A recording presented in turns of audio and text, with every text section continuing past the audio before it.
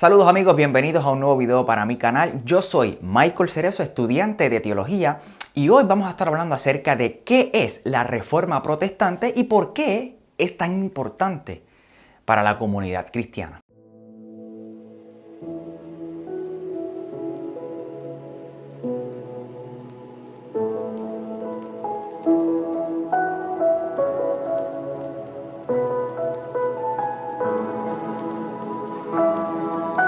Si te conectas por primera vez a mi canal, bienvenido o bienvenida. Te invito a que te suscribas y actives la campana de notificaciones para que te enteres cada vez que suba un nuevo contenido y de esa manera nos mantenemos comunicados. Además, es totalmente gratis.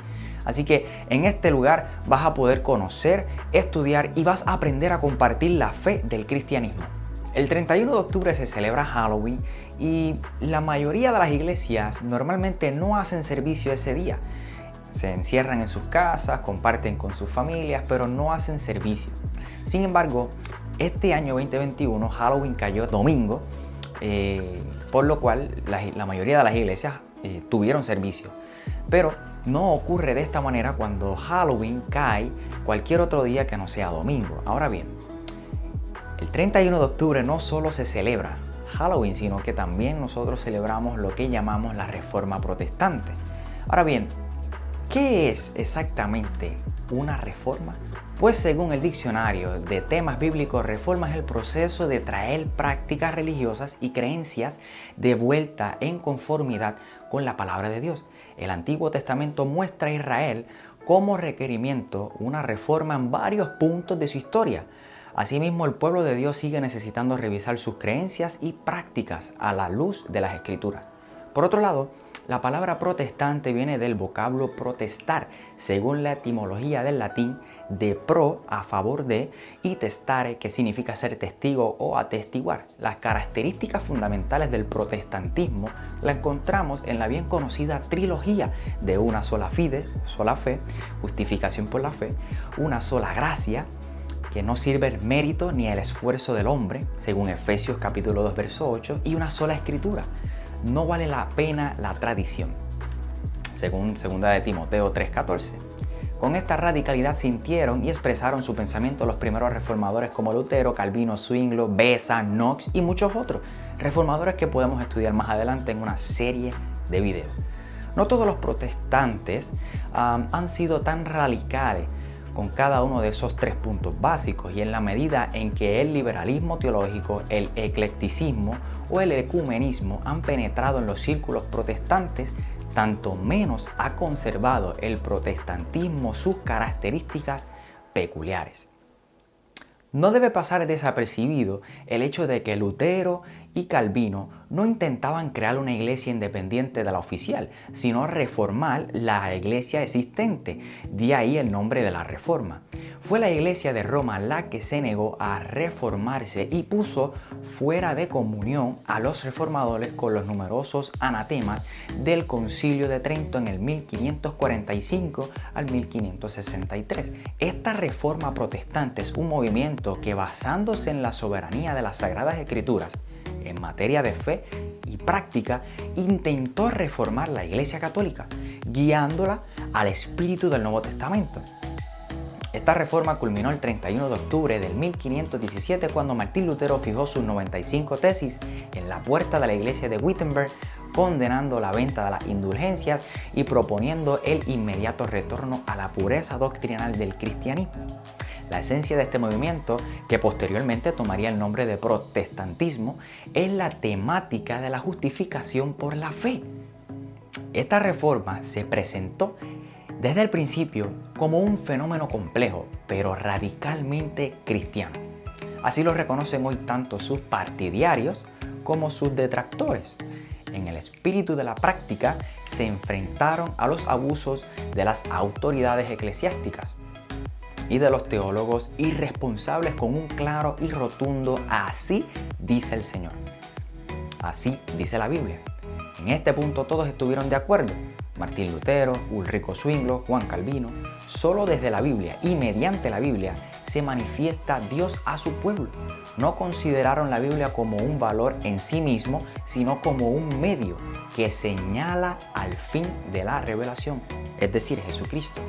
el cristocentrismo reformado es patente en todas sus manifestaciones. Hubieron otros movimientos anteriores y también posteriores que defendieron un cristocentrismo personal, pero unas veces olvidaron la Trinidad y otras la individualidad de la persona creyente. Los reformadores no rompieron con lo verdadero de la tradición, sino que buscaron en todo conservar todo lo que era genuinamente cristiano. La ruptura de la iglesia fue más impuesta que buscada, inevitable, más que deseable. La reforma fue una vuelta al evangelio, lisa y llanamente. No aceptó ninguna autoridad contra la autoridad de Cristo en su palabra, ni revelación de visionarios contra la revelación divina de las Escrituras. La única autoridad en doctrina y práctica fue la palabra de Dios. Por eso fue evangélica y cristocéntrica. Para los radicales, la reforma se quedó a medias. Para los reformadores lo que contaba era enseñar a los hombres el cambio de la salvación sin lugar a errores ni distracciones frente a la ruptura entre Dios y el hombre provocada por el pecado. Los reformadores buscaron otro puente que el mismo tendido por el cielo, Jesucristo. Para clarificar la perfección de este camino, su absoluto y suficiencia, dedicaron la mayor parte de sus energías. Hablaron del juicio y predicaron la gracia según la Escritura como nunca se había hecho. Al anunciar a los hombres y al Estado que se sometieran a la autoridad de Dios en su palabra, no estaban predicando la ley, al modo del legalismo impuesto por los dirigentes religiosos de los tiempos pasados, sino que hablaban sobre todo del Dios de la gracia, de la fidelidad y de la misericordia, dispuesto a perdonar y entrar en una nueva relación de libertad con los hombres.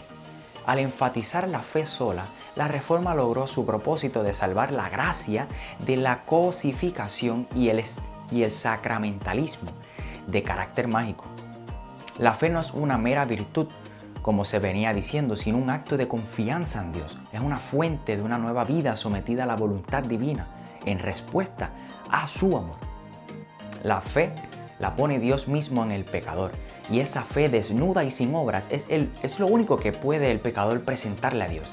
Es Dios únicamente quien justifica, quien declara al hombre hijo adoptivo suyo en Cristo Jesús. Finalmente, debemos decir que esta fecha es muy importante para nosotros porque es considerado uno de los sucesos más significativos en la historia de la humanidad, ya que marcó la identidad teológica, intelectual y política de Alemania, Europa y países occidentales.